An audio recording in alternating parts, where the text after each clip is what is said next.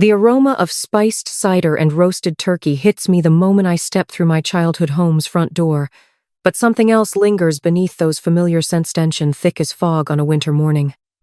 In the living room, Mom stands at the head of the dining table, her fingers drumming an uneven rhythm on the polished wood while relatives cluster in hushed conversations around her. Maya. Mom's voice cuts through the murmur, measured and cold as steel. We need to discuss the holiday dinner arrangements. My heart stutters. I've heard that tone before. It never leads anywhere good. Sophie and Noah won't be joining us this year, she continues, each word precise and deliberate. We're aiming for a more refined atmosphere. The statement hangs in the air like a slap. Across the room, my brother Ryan's kids squeal with delight as Aunt Sarah showers them with attention. No one suggests they should stay home. My hands grow clammy as I process her words. What exactly do you mean by refined, Mom? She sighs, that familiar sound of disappointment I've heard my entire life. Your children are rather energetic, Maya. Last time Noah knocked over that antique vase. He's 4. I cut in, my voice trembling. And he apologized. We even offered to replace it. I retreat to the kitchen, my sanctuary since childhood, and grip my phone so tight my knuckles whiten. Through the partially closed door, their voices drift in like poison. It's for the best, Mom tells Dad, not bothering to lower her voice. Maya needs to understand that certain standards must be maintained. Ryan's family has always known how to respect our traditions. The boys are so well behaved, Dad agrees. Remember last Christmas? Not a single disruption. A flood of memories crashes over me. Last Christmas, Sophie proudly showing off her new dance moves while my parents stared at their phones. Ryan's oldest son performing the same routine minutes later to their undivided attention and enthusiastic applause. Noah's preschool graduation, marked only by a cursory text message claiming they were too busy that day, while they attended every single one of Ryan's boys' baseball games that same week. The favoritism plays out like a highlight reel in my mind. Extravagant birthday parties for Ryan's kids with mountains of presents, while Sophie and Noah received modest celebrations and practical gifts. My parents front row at every school play for Ryan's boys, but missing Sophie's dance recitals with paper-thin excuses. The way they lavish praise on Ryan's children for basic manners while scrutinizing my kids' every move. Ethan appears in the doorway, his presence steady and grounding. He doesn't speak, doesn't need to. His eyes meet mine, and I see the same fury I'm feeling reflected there. How many nights have we spent discussing this? His gentle suggestions that my parents' behavior was more than just old-fashioned or particular. The careful way he documented every incident, every slight, every financial favor they demanded. The loans they never repaid. The credit card they borrowed for emergencies that somehow turned into shopping sprees. The constant guilt trips about family obligation whenever I question their choices. Maya? Mom's voice breaks through my thoughts. She stands in the doorway, arms crossed. You're being rather dramatic about this. It's one dinner. I meet her gaze, really seeing her for the first time. The carefully styled hair, the expensive sweater bought with money that wasn't hers, the practiced expression of concern that never quite reaches her eyes. No, I say, my voice steadier than I expect. If my children aren't welcome, neither am I. Don't be ridiculous, she snaps. If you can't understand why I understand perfectly. I stand, my chair scraping against the tile. I understand that you've never seen my children as equals to Ryan's. I understand that you've made them feel less than worthy their entire lives. And I understand that I'm done letting you hurt them. Mom's face hardens. If that's how you feel, perhaps it's best if you do stay home. I leave the kitchen, my heels clicking against the hardwood as I pace the long corridor. Each step feels heavier than the last as years of manipulation and control press down on me. At the end of the hall, I stop at the large window overlooking the darkened street. Streetlights cast long shadows across the lawn, and my reflection stares back at me's glistening, jaw set, shoulders straight. My phone weighs heavy in my hand.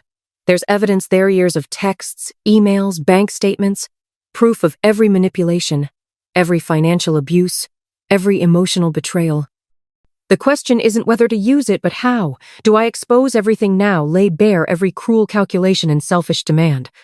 Or do I retreat, regroup, and plan my next move with the same careful precision they've used against me all these years. I touch the cool glass, watching my breath fog the window. Behind me, the sounds of the family gathering continue louder. Conversation, the clinking of glasses. The perfect facade of a happy family built on a foundation of lies and favoritism. Something shifts inside me, the fog clears, and my reflection shows a woman I barely recognize, a stronger, clearer, more determined than I've ever been. Now I just have to decide what to do with that strength. My office chair creaks as I lean closer to my laptop screen, squinting at the latest bank statement. The numbers blur together until I blink, and suddenly they snap into horrible focus. My heart stops. 93, 0. The figure glows accusingly on my screen as I scroll through transaction after transaction. Designer boutiques, high-end restaurants, furniture stores. Each purchase bears my mother's distinctive pattern, the same stores she's bragged about shopping at for years. No, I whisper, but the evidence doesn't disappear. My hands shake as I click through to older statements. There it is, a clear trail of unauthorized charges stretching back months. Years. Each one a betrayal, each one a knife in my back. I hit print, the whir of the machine unnaturally loud in the stillness of my home office. While the pages emerge, I create a new folder on my desktop. Label it Proof. My cursor hovers over the name for a moment before I click, making it real, making it permanent. The phone feels heavy in my hand as I punch in my mother's number. My printed evidence sits beside me like a silent witness. 1 ring, 2, 3. Maya? Her voice carries that familiar note of mild irritation, as if I'm interrupting something important. What is it now? The credit card, Mom. My voice trembles despite my effort to keep it steady. $93,000? A dismissive laugh crackles through the speaker. Oh, that. It's just a card, sweetheart. You know your father and I have some expenses. Expenses? The word comes out sharp enough to cut. You used my card without permission. For years. Don't be dramatic. She sighs, the sound so practiced it might as well be scripted. This is what family does. We support each other. Your brother Ryan understands that. Ryan? I grip the phone tighter. What does Ryan have to do with this? Well, he agrees that family should stick together. He's always been so good about helping us out financially. Her tone turns honeyed, poisonous. Though of course he has those baseball league fees for the boys. My free hand balls into a fist as memories flash through my mind. Ryan's new car last year, the renovation on his house, the lavish parties for his kids, all while my parents racked up debt in my name. This ends now, I tell her, my voice steadier than I feel. I'm canceling the card. Maya Elizabeth Carter, don't you dare. I end the call, my hand shaking as I lower the phone. The room spins slightly as I process what just happened, what I just discovered. My tablet sits on the desk, and I grab it, pulling up my message history with my parents. There it is, all of it. Every guilt trip about family obligation. Every time they dismissed my concerns about money. Every instance of Ryan defending their behavior, his messages dripping with sanctimonious lectures about family duty. The evidence fills my screen, damning and undeniable. I highlight particularly telling passages, my finger trembling slightly as I mark each one. Linda's manipulation, Robert's enabling. Ryan's betrayal. Each piece fits together like a toxic puzzle I'm finally seeing clearly. A soft knock at the door makes me look up. Ethan stands there, his face a mirror of my own concern. He doesn't speak, just moves to my side and places a gentle hand on my shoulder. The weight of it grounds me, reminds me I'm not alone. Coffee? He asks quietly, and I nod. 20 minutes later, we sit in our favorite cafe with 2 of my closest friends, Sarah and Jamie. The familiar scent of roasted beans surrounds us as I show them the evidence on my tablet. Classic financial abuse, Sarah says softly. She survived her own toxic family dynamic years ago. You have to shut this down, Maya. Jamie nods, her expression fierce. We've got your back. Whatever you need. That evening, I sit at my desk again, my hand hovering over my phone. The credit card app is open, the cancel card button waiting for my touch. This small act of defiance will change everything. I press it. The confirmation screen appears, and I feel a surge of something like power. It's a small victory, but it's mine. My fingers fly across the keyboard as I continue organizing the evidence. Screenshots, bank statements, emails. Each file gets carefully labeled, dated, annotated. A notification pops up on my phone, a newly discovered folder titled Secrets. My breath catches as I open it. Voice messages, texts, hidden correspondence between my parents discussing their plans to maintain control over my finances, to keep Sophie and Noah at arm's length while lavishing attention on Ryan's children. I stare at the screen, my heart pounding against my ribs. These messages aren't just evidence of financial abuse, they're proof of every suspicion I've ever had about my family's true intentions. The question now is, what do I do with all of it? My phone buzzes for the 10th time today. Another notification from Mom's latest Facebook post. Sometimes the most ungrateful children are the ones you've sacrificed everything for. The comments roll in sympathetic responses from family friends who've known me since childhood. Now TSK skiing at my supposed selfishness. I scroll through the flood of notifications, my jaw clenching tighter with each passive-aggressive jab. Photos from last Christmas appear on my feed, carefully curated moments that paint a picture of family harmony. Mom's caption drips with calculated sweetness. Missing our loving family gatherings. Some people forget the meaning of gratitude. Turn it off, Ethan says quietly, reaching for my phone.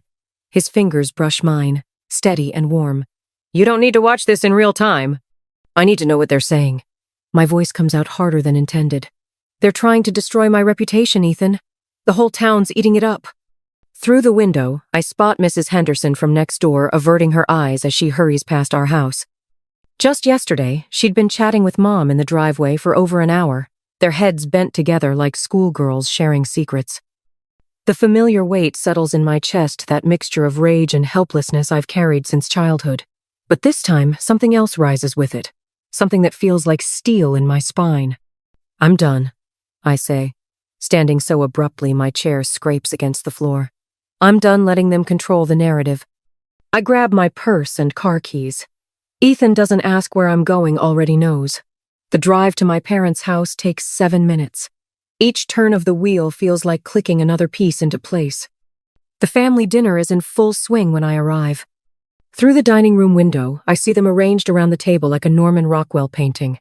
Mom at the head, Dad to her right, Ryan and his perfect family filling out the rest of the seats. The empty chairs where my children should be stand like accusations. The door isn't locked. It never is during family gatherings. Keeping up. Appearances matters more than security in this house. The sound of laughter and clinking cutlery cuts off as I step into the dining room. Maya? Mom's voice carries that familiar note of manufactured concern. We weren't expecting. No, you weren't. My voice comes out clear and steady. You weren't expecting me to show up uninvited. You weren't expecting me to stop playing by your rules. You weren't expecting me to find my voice. Ryan starts to stand, but I hold up my hand. For once, he actually stops. I've spent my entire life trying to earn your love. The words I've rehearsed 1,000 times in my head flow naturally now. I've watched you lavish attention on Ryan's children while treating mine like inconveniences. I've let you manipulate me, shame me, and use me for your own gain. But that ends today. Mom's face hardens. If you're going to cause a scene. A scene? I laugh, and the sound surprises even me. You want to talk about scenes like the scene you're making on social media? The carefully crafted posts painting me as an ungrateful daughter? The whisper campaign you're running through the neighborhood? I pull out my phone, opening the folder where I've documented everything. Should we talk about the $93,000 in credit card charges? The loans you never repaid? The emotional blackmail? Because I have receipts for all of it. The color drains from Mom's face. Across the table, Ryan's wife suddenly becomes very interested in her plate. Dad's hand trembles as he reaches for his water glass. You can't just... Mom starts, but her voice lacks its usual authority. I can. I will. And I am. Each word feels like breaking another link in the chains they've wrapped around me. You tried to turn the community against me? Fine. Let's see how they react to the truth.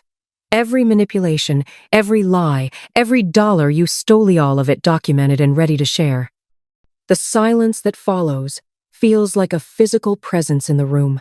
In that moment, I see them, clearly see them. Mom's perfectly styled hair can't hide the fear in her eyes. Dad's expensive watch looks like a shackle on his wrist. Ryan's practiced expression of concern has cracked, revealing the panic underneath.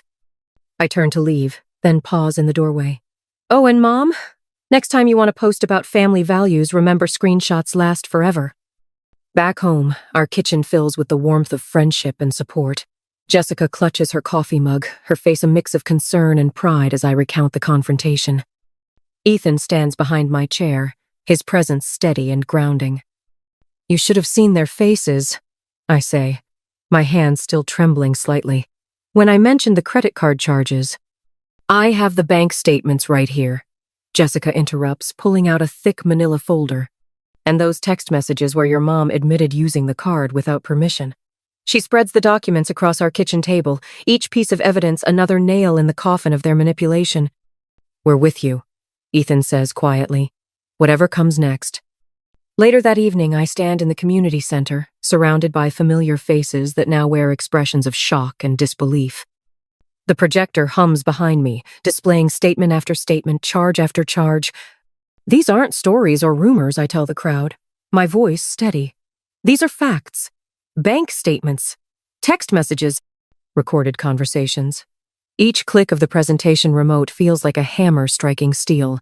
This is the truth about the family that's been spreading lies about me. Afterward, I retreat to my home office, shutting the door on the world. The lamp casts a soft glow as memories flood back Sophie's dance recital that they skipped, Noah's preschool graduation they were too busy for. Countless moments of subtle cruelty wrapped in smiles and excuses. My hands move automatically, creating new folders on my laptop. Each piece of evidence finds its place: financial documents in one, text messages in another, social media posts in a third. I back everything up to an encrypted cloud drive, then a physical hard drive. No chance of losing any of it now. The notification sound makes me jump. A new email from an unfamiliar address sent to my old account. The subject line reads, Carter Family Trust Confidential. My cursor hovers over the attachment. Final Truth PDF. I click, and my screen fills with documents I've never seen before. Emails between Mom and her business partner discussing plans that go far beyond mere financial exploitation. My heart races as I scan the contents, understanding blooming like ice in my veins. This isn't just evidence of their manipulation, it's proof of something much darker, something that could change everything. I save the folder to multiple locations, my mind already racing with possibilities. They thought they had all the power, but they never saw this coming. Neither did I. My hands shake as I spread the documents across the community center's oak conference table. Bank statements fan out like playing cards, each one a piece of damning evidence against my parents. The fluorescent lights overhead cast harsh shadows on the papers, making the numbers seem to leap off the page. $93,000 in unauthorized charges, meticulously documented. What exactly are we looking at here, Maya? Aunt Sarah's voice wavers as she leans forward, squinting at the statements. I draw in a steadying breath. Every single charge my parents made on credit cards they opened in my name. My finger traces a line of transactions. Designer clothes, luxury vacations, even Ryan's children's private school tuition. The assembled family members shift uncomfortably in their chairs. Mom's carefully applied makeup can't hide how her face has gone ashen. Dad stares at his hands, suddenly fascinated by his wedding ring. Ryan stands in the corner, arms crossed, jaw clenched. That's not, Mom starts, but I cut her off by playing the first voicemail recording on my phone. Her own voice fills the room. Asterisk. Maya, honey, you know we needed that card for emergencies. What kind of daughter refuses to help her parents? After everything we've done for you. Asterisk. I tap to the next recording. And the next. Each message drips with manipulation, guilt, demands. The room grows heavier with each revelation. Mom surges to her feet, hands fluttering like trapped birds. You're taking everything out of context.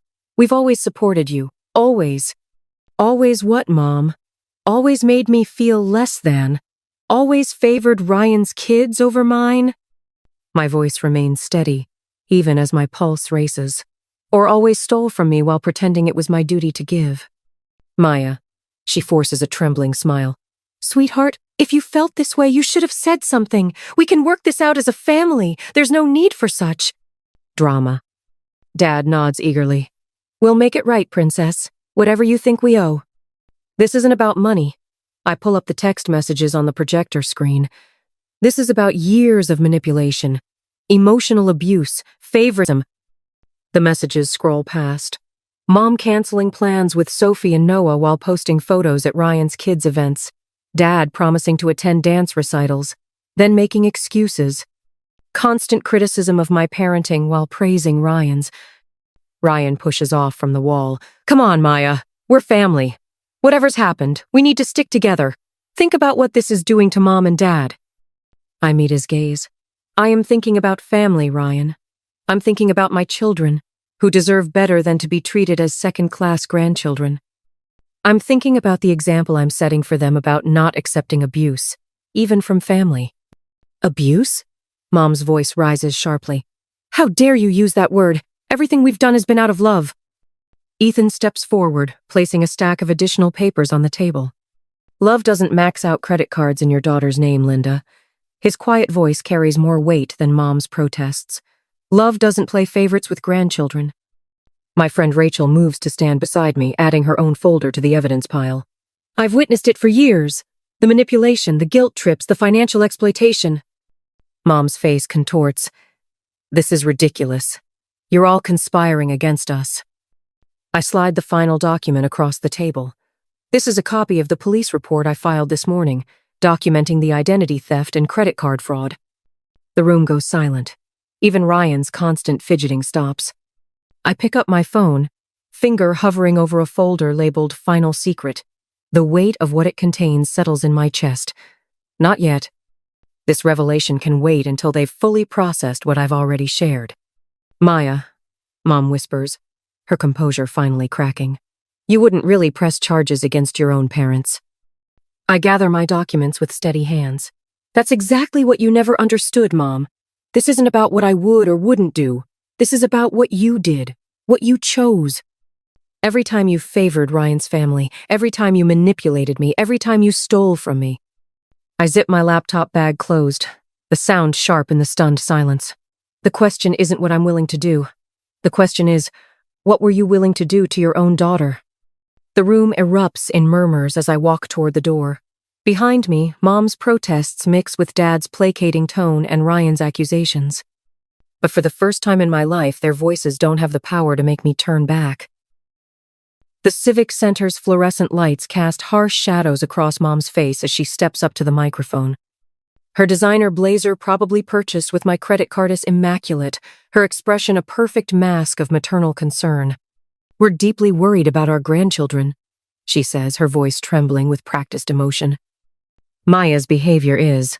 She pauses, dabbing at her eyes with a monogrammed handkerchief. We just want what's best for Sophie and Noah.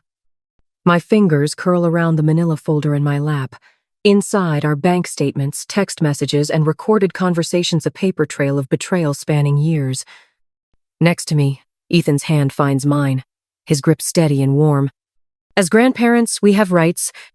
Dad chimes in, his voice carrying across the packed room. Legal rights that ensure we can maintain a relationship with our grandchildren. Maya needs to understand that her actions have consequences. A murmur ripples through the crowd. I catch fragments of whispered conversations. Such devoted grandparents, and why would any mother deny her children? The community meeting continues as Mom and Dad orchestrate their performance. They've always been good at this, spinning narratives, manipulating perceptions. I remember how they'd praise Ryan's kids for the same behaviors they'd criticize in Sophie and Noah, how they'd shower his family with attention while making my children feel like uninvited guests. My phone buzzes, another message from their lawyer hinting at the costly battle ahead if I don't see reason. They know I can't match their resources in a prolonged legal fight. They're counting on it, but they don't know what I know. I stand, my heels clicking against the polished floor as I approach the podium. The folder feels heavier with each step, weighted with years of documented abuse and manipulation. Mom's smile falters as I pass her, a crack in her perfect facade. I'd like to address the claims my parents have made, I say, my voice steadier than expected. The microphone picks up every word as I begin methodically laying out my evidence. First, the bank statements. Over the past 5 years, my parents have made unauthorized charges totaling $93, $427 on credit cards opened in my name. I project the documents onto the screen behind me, each transaction highlighted in damning yellow. Here's a $3,000 charge at Nordstrom. Here's $5,000 for a vacation I never took. Here's $2,500 for furniture I've never seen. Mom's face drains of color as I continue. And here are the text messages. I scroll through screenshots, her own words condemning her. Asterisk. Don't be selfish, Maya. Family takes care of family. Asterisk and asterisk. If you can't help your parents financially, what kind of daughter are you? Asterisk. The room has gone silent. Even the usual shuffling of papers and clearing of throats has ceased. My brother Ryan shifts uncomfortably in his seat as I play the voicemail he left last Christmas. Asterisk. Mom and Dad need that money more than you do. Stop being difficult and just give them the card. Asterisk. I move through my presentation with surgical precision, each piece of evidence another nail in the coffin of their manipulation.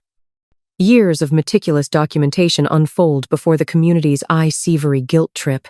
Every financial abuse, every emotional manipulation laid bare. This isn't about grandparents' rights, I say, my voice cutting through the stunned silence. This is about control, about financial exploitation, about using their grandchildren as pawns in their manipulation games. The evidence is irrefutable. Bank records don't lie. Text messages don't forget. Voicemails don't change their story. I see the moment the tide turns. It's in the way the community leaders lean forward, in the shocked expressions of people who've known my parents for decades. Mom's carefully constructed image of the doting grandmother crumbles as the truth emerges, stark and undeniable. I've spent years documenting every transaction, every manipulation, every attempt to control my life through financial and emotional abuse. I continue, my voice growing stronger. I'm not here to ask for sympathy. I'm here to expose the truth. The last piece of evidence appears on the screen, a recorded conversation where Mom and Dad discuss their strategy for using my children to maintain their control. Their own voices fill the Civic Center, discussing Sophie and Noah like bargaining chips rather than beloved grandchildren. As the recording plays, I watch my parents' carefully crafted facade collapse entirely. Mom's perfectly composed expression shatters. Dad's confident posture crumples. The power they've wielded for so long evaporates in the harsh light of truth.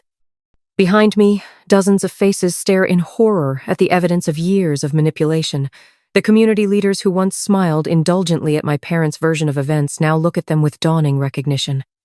The whispers have a different tone now: shock, disgust, sympathy for my children. I close my folder, each movement deliberate. These are not the actions of loving grandparents, I say quietly. These are the actions of manipulators who use family ties as weapons, and I'm done letting them hurt my children. The reaction is immediate and overwhelming. Mrs. Chen, who's known our family for 20 years, stands up first. I've watched these children grow up, she says, her voice sharp with disappointment. I've seen how differently you treat them, Linda. How could you? Others join in, years of carefully hidden observations suddenly finding voice. The pristine reputation my parents cultivated crumbles with each new revelation. Social media notifications ping on phones throughout the room as the story spreads. Mom's carefully curated image, the devoted grandmother, the community pillar dissolves in real time. I stand at the podium, watching the destruction of their social facade. This is more than exposure, it's liberation. Each shocked gasp, each disapproving murmur, each sharp intake of breath is another brick falling from the walls they built to contain me. Maya, Mom's voice cuts through the chaos, desperate now. You're misrepresenting. Number? My voice rings out, clear and final. I'm done letting you twist the truth. I'm done letting you manipulate my children. I'm done letting you control our lives through guilt and financial abuse. Each word lands like a physical blow, making her flinch. This is my symbolic slapknot with hands but with truth. The room falls silent as I gather my things. In this moment, I am neither victim nor victor. I am simply free. But as I step away from the podium, my phone vibrates. A message from an unknown number. Asterisk. The game isn't over, Maya. Some secrets stay buried. For now, asterisk. I slip the phone into my pocket, my heart racing despite my calm exterior. The truth is out, but something tells me this isn't the end. It's just the beginning of something else entirely. The evening sun warms my face as I settle into the white wicker chair on our new porch, my fingers wrapped around a steaming mug of chamomile tea. Sophie's laughter rings clear across our yard as she chases Noah through the sprinkler, their wet footprints marking temporary paths on the concrete. Water droplets catch the light, creating tiny rainbows that dance around my children like protective spirits. Ethan leans against the porch railing, his quiet presence as steady as always. When he catches my eye, his smile holds all the understanding we've built through years of fighting this battle together. He doesn't need to say anything, we both know how far we've come. "Mom!" Sophie calls out, her dark curls plastered to her forehead. "Watch this!" She executes a perfect cartwheel through the spray, landing with the grace of a gymnast. Noah immediately tries to copy her, resulting in more of a cheerful tumble. My chest tightens, but not from anxiety this time. This is different fullness, an abundance of something I never felt in my parents' presence. Pride, joy, unconditional love. The sprinkler's gentle hiss reminds me of that final confrontation 6 months ago, standing on a different porch, listening to my mother's attempts at manipulation falling like water against stone. I'd returned there one last time to collect the remaining pieces of my past. The weathered wood had creaked under my feet just as it always had, but I was no longer the same woman who once trembled at that sound. I touched the smooth surface of my phone, remembering how it felt to finally delete their numbers. Not in anger, not in revenge, but with the quiet certainty of someone closing a book they never need to read again. The wind rustles through our maple tree trees we planted ourselves when we bought this house, roots growing deep into soil that belongs to us alone. A cardinal lands on the branch nearest to me, its red feathers bright against the green leaves. It reminds me of the journal entry I wrote last night. Freedom isn't the absence of pain, it's the presence of choice. I've been writing a lot lately. Sometimes about the past, but more often about the future. About the weekly support group I started for others trapped in toxic family dynamics. About the look in a young mother's eyes last Thursday when she realized she wasn't alone. About the text message I received yesterday. You gave me the courage to say no to them for the first time. Ethan moves to sit beside me, the chair creaking softly under his weight. "Penny, for your thoughts?" he asks, his voice carrying that gentle curiosity that first drew me to him. "I was thinking about Sarah," I say, referring to the newest member of our support group. The way she described her mother's financial manipulation, it was like hearing my own story played back. He nods, understanding flowing between us like an electric current. "You gave her hope today. I saw it in her face when you shared your journey." The sun dips lower, painting the sky in brilliant streaks of orange and purple. Noah runs up to the porch, his small feet pattering against the steps. "Mama, I'm hungry," he announces, water dripping from his eyelashes. I scoop him up, not caring that his wet clothes soak into my shirt. Sophie joins us, wrapping her arms around my waist, and I breathe in the clean scent of their damp hair. This is what freedom smells like: laundry detergent, wet grass, and the lingering traces of sunblock. Standing here, with my children's hearts beating against mine and Ethan's steady presence beside me, I feel the truth of it all settle into my bones. We aren't just survivors of what was done to us. We're architects of what comes next. The sky continues its color transformation, each shade more vibrant than the last. My eyes sting with tears that have nothing to do with sadness. These are tears of recognition of seeing, finally, the woman I've become, the mother I choose to be, the life we're building, brick by brick, moment by moment, choice by choice. I turn my gaze from my family to you, whoever you are, reading these words. Maybe you see yourself in my story. Maybe you're standing at the edge of your own decision, wondering if freedom is worth the price. I'll tell you what I wish someone had told me. What does true freedom mean to you? And more importantly, what would you sacrifice to reclaim it? A smile spreads across my face, not the careful, measured expression I once wore like armor, but something real and fierce and completely my own. I already know my answer. Do you? I stare at the cream envelope in my hands, my heartbeat stuttering against my ribs. My mother's handwriting slashes across the front in her perfect penmanship, the kind that belongs on wedding invitations and thank you notes, not communications with the daughter she helped exile. My pristine Portland apartment feels suddenly airless. Outside, spring rain taps against the windows, a persistent reminder of the Pacific Northwest I've made my refuge. For 11 years, I've calibrated my life to the millimeter me work, my space, my heart all carefully arranged to keep chaos at bay. Then this arrives. I slide my finger under the sealed flap, the paper slicing a thin, bloodless cut, a fitting first injury. Inside, the invitation gleams with gold embossing and promises. Dr. Mallory Keaton and Travis Langford. Request the honor of your presence. The Fairmont Regency. Of course. Where else would my half-sister celebrate her triumph but in Seattle's monument to old money and discretion? My hands tremble as I read Travis Langford's name again. Not a common name, but common enough that I prayed for coincidence. But no small photo confirms it. The same sharp jawline, the same practiced smile that watched me fumble through my research presentation 3 years ago. The same man who looked me in the eye and said, "Perhaps something less ambitious would suit someone with your background." He hadn't known I was a Keaton then. Now he's marrying one. The irony would be delicious if it weren't choking me. I sink onto my couch, invitation still pinched between my fingers. Memories ambush me without permission. 11 years ago, my father's house. "I swear I didn't take it," I said, my voice raw from repeating the same defense for hours. "I only went into your bathroom to unplug Mallory's curling iron. She left it on." Celia's perfectly lined eyes narrowed, her composure glacial except for the slight tremor in her manicured hand. "The ring was there this morning. You were the only one who entered our room today." "I didn't." "A $9,000 sapphire doesn't just vanish, Vada."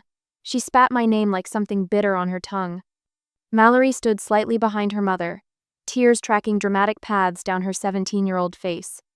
The performance was flawless. The wounded sister, the violated daughter.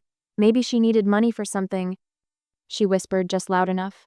For school or something else. The implication hung like poison in the air. But it was my father's silence that truly gutted me. Charles Keaton, attorney at law, champion of evidence and due process, stood in the doorway of his bedroom and watched his wife convict his oldest daughter without a shred of proof. "Dad," I said, turning to him. "You know I wouldn't." His eyes met mine, then slid away. "Celia keeps meticulous inventory of her jewelry."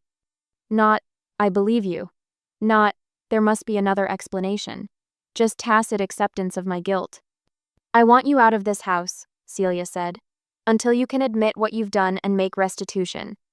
I looked at my father again. His jaw tightened, but no defense came. "Fine," I whispered, dignity the only thing I had left to salvage. "I'll get my things." By morning, I was gone, financially cut off, emotionally exiled, 23 years old with half a master's degree and nowhere to go. I managed to finish school through sheer stubborn will, waiting tables and taking out loans that would shadow me for years. Then came the anonymous blog post that circulated through my department raising concerns about my character. The sudden rejection of my grant application despite stellar preliminary reviews. No concrete proof it was Mallory, just the ghost of her handiwork, always invisible, always devastating. Back in my apartment, I traced the embossed lettering of the invitation. 11 years of estrangement, and now this an invitation that feels more like bait. My phone buzzes. "Jareth." "Hey," I answer, my voice steadier than I feel. "Meeting just wrapped. How's your day?" His voice carries the calm certainty I've come to depend on. "Interesting mail today." "Bills or opportunity?" he asks, our usual shorthand. "Neither. An invitation. To Mallory's wedding." The silence tells me he understands the magnitude. "Are you okay?" I walk to my office, where a locked cabinet holds 11 years of meticulous documentation, emails, financial records, screenshots.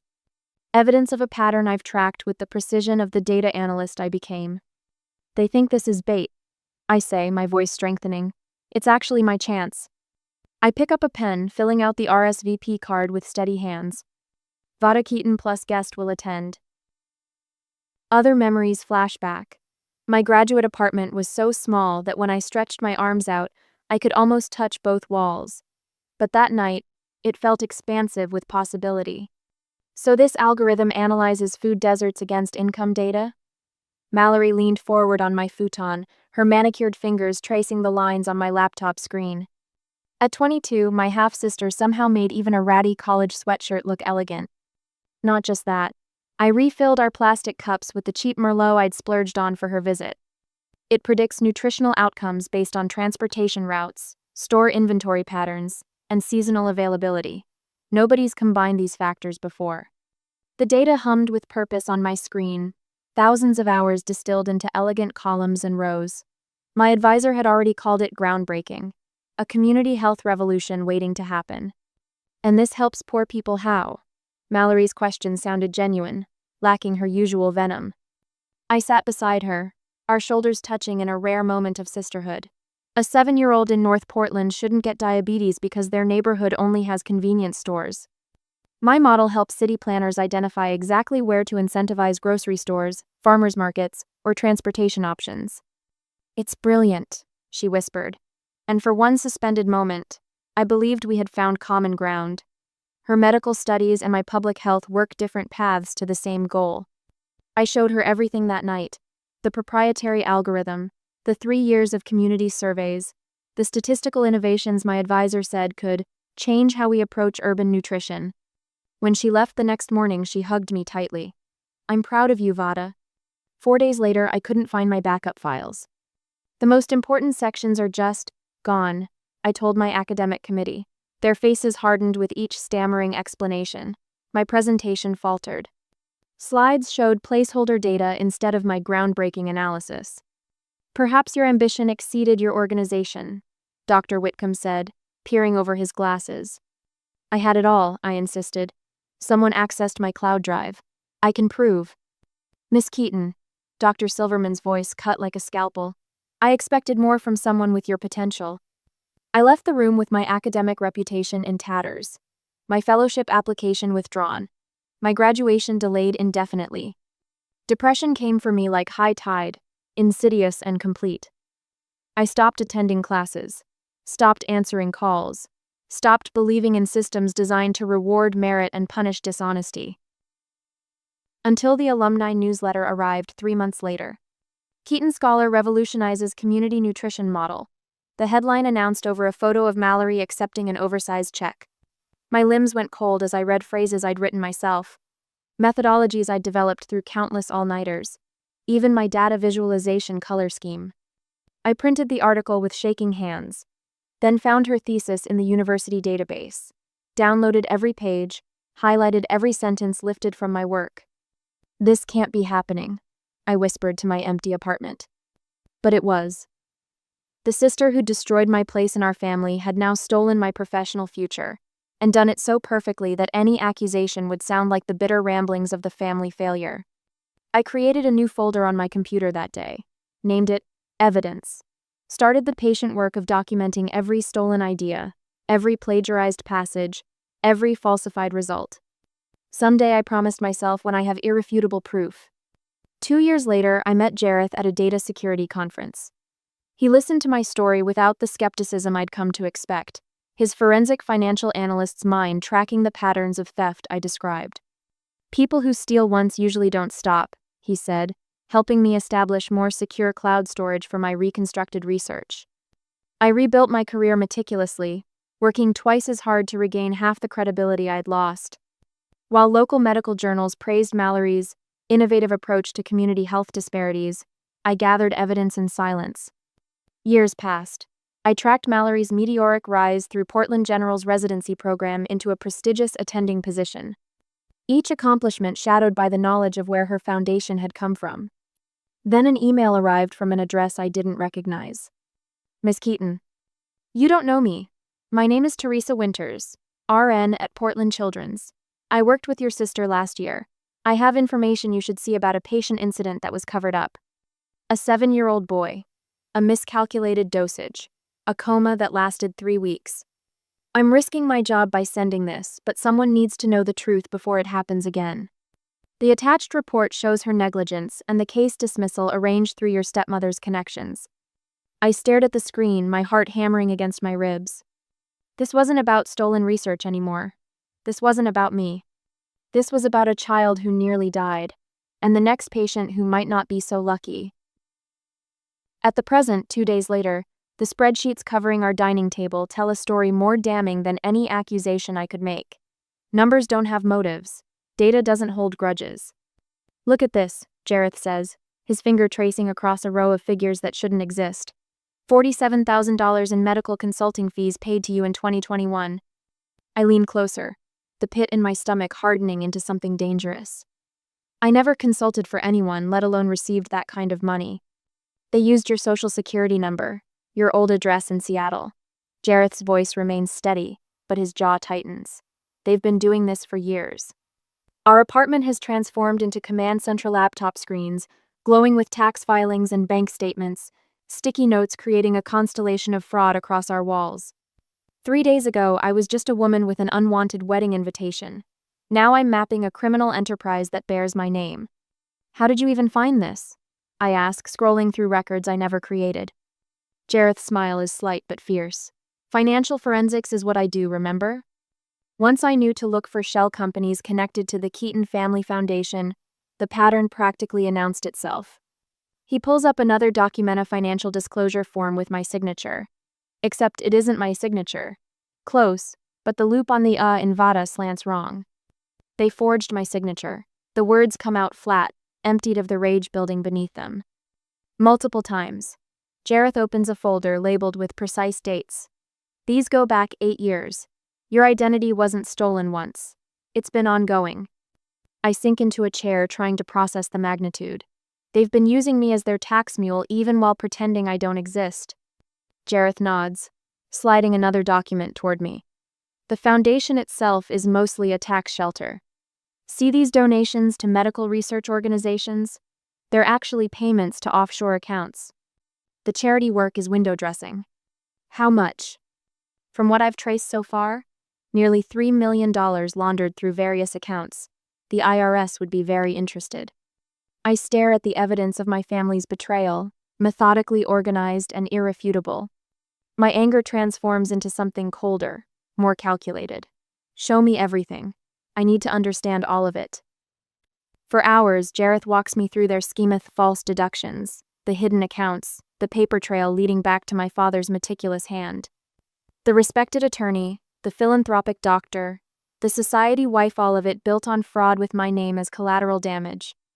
We need to be strategic about how we present this, I say finally, arranging the evidence into clear, chronological displays. And we need backups of everything. The cobalt blue dress hangs on my closet door like armor waiting for battle. I slide it over my head, the silk cool against my skin. In the mirror, I see someone stronger than the girl who fled Seattle 11 years ago. You look ready, Jareth says from the doorway. I am. I smooth the fabric, noting how it skims rather than clings. Nothing about me will be desperate or seeking approval. Did you finish loading the tablets? He nods. Everything's backed up to 3 separate cloud accounts. Even if they somehow get the physical devices, the evidence remains. We spend the evening rehearsing what to say, when to reveal each piece of information. Timing matters, location matters, the audience matters. What if they don't care? The question slips out during a pause, betraying the doubt I've kept buried. What if they just dismiss everything like they dismissed me? Jareth takes my hands, his expression serious. That's why we're bringing evidence, not accusations. Truth doesn't expire, Vada, and this truth has teeth. I squeeze his fingers, grateful for this man who understands the power of proof over persuasion. The drive from Portland to Seattle the next morning follows the curve of memory as much as Interstate 5. Rain streaks the windshield, the landscape blurring into shades of green and gray. I rehearse keeping my voice level, my face composed when confronted with the people who discarded me. Remember, you're not asking for anything, Jareth reminds me as farmland gives way to suburbs. You're not seeking approval or forgiveness. You're delivering information. Information they can't ignore, I add, watching Seattle's skyline emerge through cloud cover. After we arrived, our hotel sits 3 blocks from the Fairmont Regency, close enough for convenience, far enough to avoid accidental encounters before we're ready. The room is modest but clean, nothing like the luxury suite I'm sure Mallory has reserved for herself. We spread our evidence across the bed one final time, reviewing each document, each bank statement, each forged signature. The contingency plans, the backup files, the careful script that will guide us through tomorrow's confrontation. My phone buzzes. A voicemail icon appears beside my mother's name, a woman who hasn't called me in over a decade. I press play, setting it to speaker so Jareth can hear. Vada, darling. Celia's voice oozes warmth that never existed between us. We're just thrilled you're coming tomorrow. Simply thrilled. Do call me back. I'd love to hear what you've been up to all these years. Maybe we could have breakfast before the rehearsal? There's so much to catch up on. The transparent attempt to gather intelligence before tomorrow's event almost makes me laugh. 11 years of silence, and now she wants details about my life? Are you going to call her back? Jareth asks. I delete the message with a single tap. No, let's maintain the element of surprise. Later, as we lie in the unfamiliar hotel bed, Jareth's arm curves protectively around my waist. You know what I was thinking about today?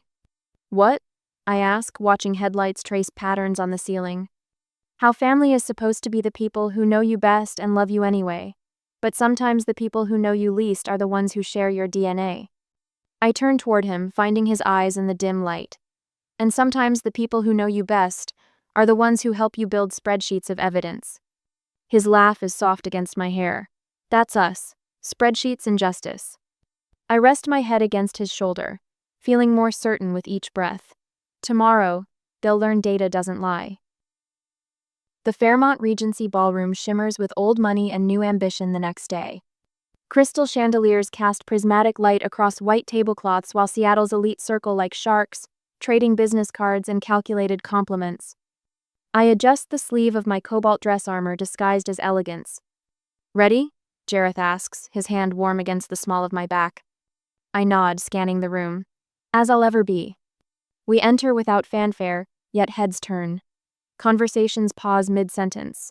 The power of the unexpected, I've learned to wield it like a scalpel. 11 years of absence transformed into a precisely timed entrance. My mother spots me first. Celia stands near a ice sculpture, champagne flute frozen halfway to her lips. Her smile calcifies perfect teeth, dead eyes. She whispers something to my father, whose head snaps up with such force I'm surprised he doesn't injure himself. Vada! Mallory's voice cuts through the murmur. She glides toward me in white silk, arms outstretched, performing sisterly joy with Broadway precision. You came! I accept her embrace, noting how her fingers tremble against my shoulder blades. Congratulations, I say, my voice steady. Beautiful venue. Travis, come meet my sister. She beckons her fiancé, who approaches with the cautious step of someone crossing thin ice.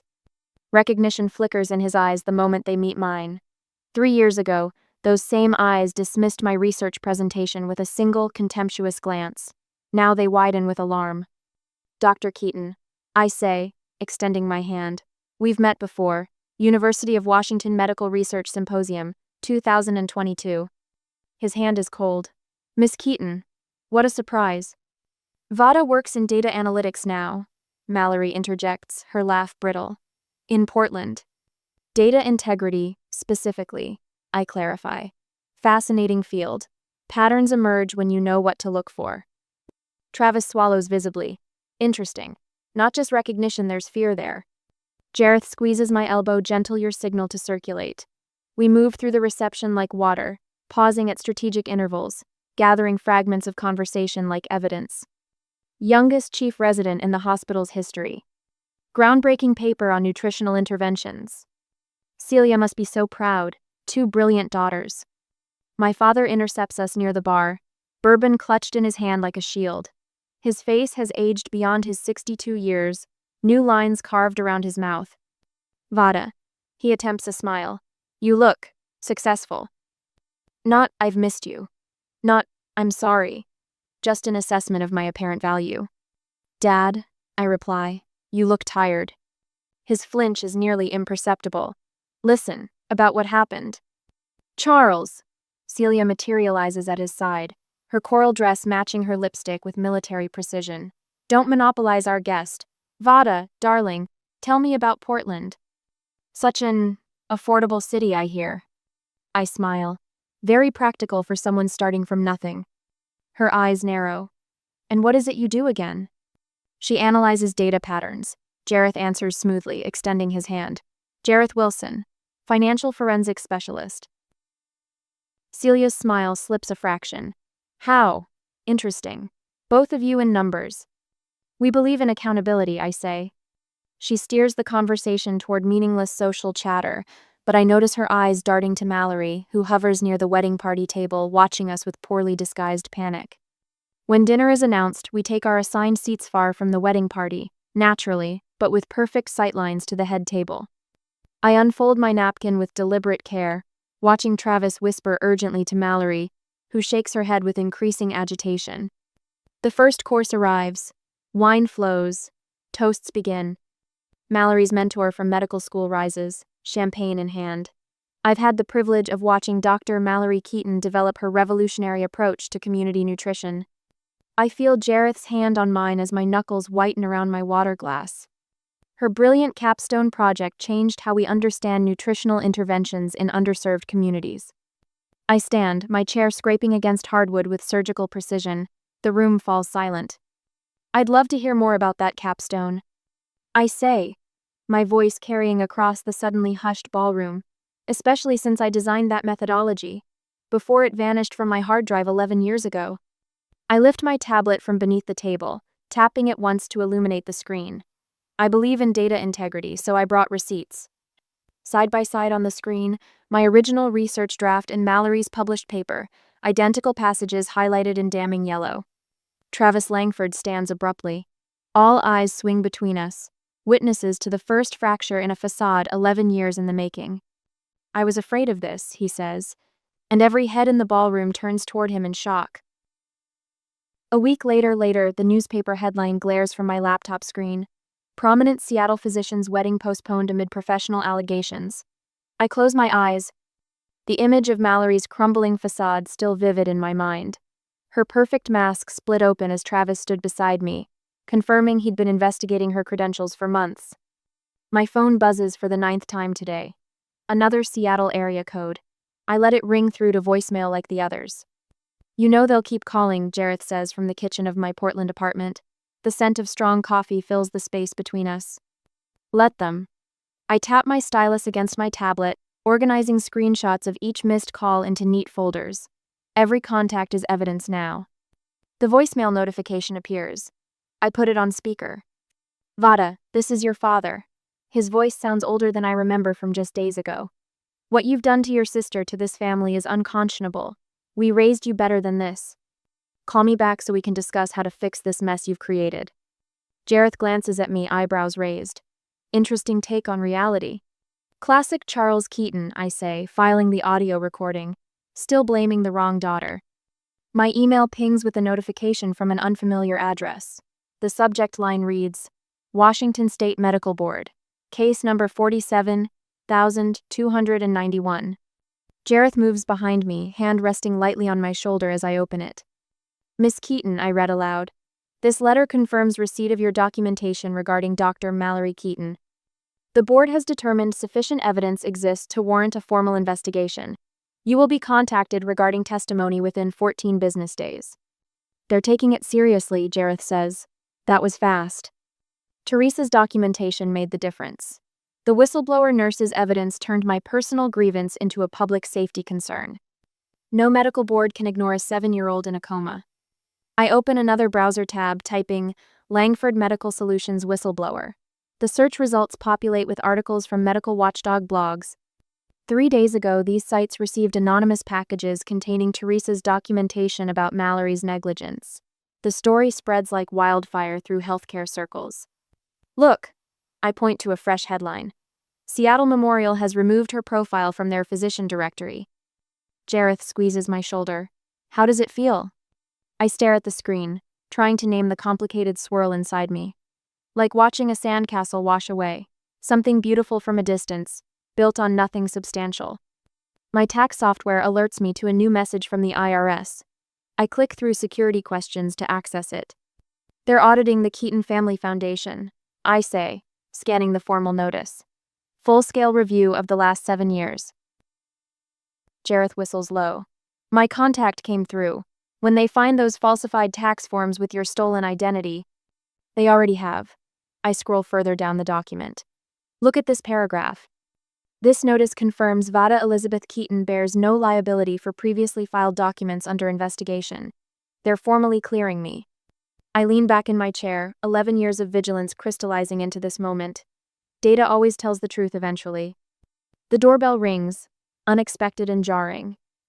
Jareth moves to the security monitor while I close my laptop. "It's Celia," he says, voice flat.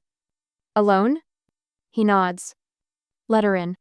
My stepmother looks smaller than I remember, designer handbag clutched like a shield against her chest. Her perfectly highlighted hair shows strands of gray I've never seen before. "You've destroyed everything," she says without preamble. "Are you satisfied now?" I stand perfectly still, feeling strangely calm. "I didn't destroy anything, Celia. I just stopped protecting you." "Protecting us?" Her voice rises sharply. "You've been plotting this for years, gathering information, waiting to strike. Your own family." "Family doesn't steal from family," I reply. "Not sapphire rings, not research, not identities." Her eyes widen. "The IRS is freezing our accounts. Charles might face charges. Mallory's career is ruined." Consequences aren't the same as destruction. I meet her gaze directly. I didn't forge tax documents. I didn't plagiarize research. I didn't misdiagnose patients. Celia steps forward, finger pointed at my chest. "You were always difficult. Always thought you were better than everyone. Now look what you've done." I don't back away. What I've done is provide evidence. What happens next isn't up to me. "You could withdraw it," she pleads, her anger collapsing into desperation. "Tell them you made a mistake." But I didn't make a mistake. I walk to the door, opening it gently. The truth doesn't need my permission to exist. She stares at me, suddenly recognizing that her power over me has vanished. Without another word, she walks out. 2 weeks later, I sit in a sterile hearing room before the state medical board. 5 physicians in business attire review documents at a long table. Teresa sits 2 chairs away, hands steady despite what this testimony might cost her. Travis Langford occupies a seat in the back row, his presence both surprising and validating. When Mallory enters, she wears vulnerability like an expensive perfume calculated, applied with precision. Her eyes sweep over me without recognition. The board chairwoman calls me first. I approach the table with the same evidence I've maintained for years. My voice doesn't waver as I outline the pattern of academic theft, starting with my nutrition research program. Teresa follows, detailing the medication error and subsequent cover-up. She describes finding falsified credentials during her own investigation after the incident. When Travis steps forward unexpectedly, murmurs ripple through the room. "I discovered discrepancies in Dr. Keaton's credentials while conducting due diligence for our marriage," he testifies. Her claimed rotations at Johns Hopkins show no record of her attendance during the specified dates. Mallory's head drops forward, her perfect posture finally failing. The chairwoman speaks after a brief deliberation. "Based on evidence presented today, this board orders the immediate suspension of Dr. Mallory Keaton's medical license pending further investigation." I meet my sister's eyes across the room, seeing for the first time not the confident physician or the manipulative sibling, but someone who built her entire life on shifting sand. The truth doesn't need my vengeance. It simply needs space to exist. A year later, I hang the framed newspaper article beside my office window, where afternoon light catches the headline. "Portland nutritionist launches groundbreaking community program." My reflection ghosting in the glass shows a woman I'm still getting used to, someone who stands straight, who doesn't flinch at shadows. "Perfect spot," says Rosa, my research assistant, box cutter in hand as she slices through packing tape on another container of nutrition education materials. "The kids from Northeast Portland will be here in an hour for the pilot session." I nod, surveying my new domain. Not the corner office with mahogany furniture I once imagined when planning my career, but something infinitely more valuable, a space filled with truth. The community center donated these rooms after our grant came through, walls freshly painted the color of spring wheat. Posters displaying nutritional information designed for neighborhoods where fresh food is scarce hang beside charts tracking our early successes. My phone buzzes with a text from Jareth. Board approved the additional funding, full rollout in 3 more neighborhoods by fall. I allow myself a genuine smile. 1 year since the medical board hearing that shattered my family's carefully constructed facade. 1 year of rebuilding something authentic from the wreckage. Dr. Keaton? Teresa appears in the doorway, no longer wearing hospital scrubs but the business casual of her new role as compliance director at Portland Memorial. The Oversight Committee wants to know if you'll join next month's ethics panel. Only if you're moderating, I answer. Our unlikely friendship, the whistleblower nurse and the exiled daughter, has become one of the unexpected gifts from the rubble. Teresa laughs. Already confirmed. They said your last presentation changed their entire approach to verification protocols. I turn back to my desk, fingers brushing over the leather notebook where I still document everything. Old habits. The drawer below holds a single cream envelope, the wedding invitation that set everything in motion. I don't need to open it anymore. My father called last week, his third attempt at reconciliation since the foundation scandal broke. His voice carried the unfamiliar weight of humility. I've been going through old photo albums, he said. Found that picture from your 8th grade science fair. You built that nutrition tracker for diabetics. I remember, I said, neither cold nor warm. You've always been brilliant, Vada. I should have. His voice cracked. I should have believed you. Too little indeed. But something inside me had finally stopped waiting for his approval. Celia hasn't spoken to me since she appeared at my door, mascara tracking down her face as she demanded to know how I could destroy her family. My answer still stands. I didn't destroy them. I just stopped protecting them. Mallory vanished from Seattle after her medical license was suspended. Rumors place her in Arizona, working retail. No apologies have come. I no longer expect them. The intercom buzzes. Your 2 o'clock is here, says Marissa, our office manager. The community leaders from the East Side neighborhoods. I straighten my cobalt blue blazer, the color I now wear without hesitation. My chosen armor. Coming, I reply, gathering my presentation materials. As I pass Teresa, she hands me an envelope. This arrived for you. The Medical Ethics Conference at the Fairmont Regency. The same hotel where my sister's wedding was supposed to happen. But this invitation has my name as featured speaker. Full circle, I murmur. What was that? Teresa asks. I tuck the invitation into my notebook, just thinking about my opening line for the conference. And what's that? I look at her directly, the way I've trained myself to do when speaking truth. Data doesn't lie, and neither will I. The community leaders rise as I enter the conference room. These are my people now, the ones who recognize authentic work, who value evidence over appearance. I set my materials on the table, my rings steady on fingers that no longer tremble. My story is no longer edited by others, and that makes all the difference.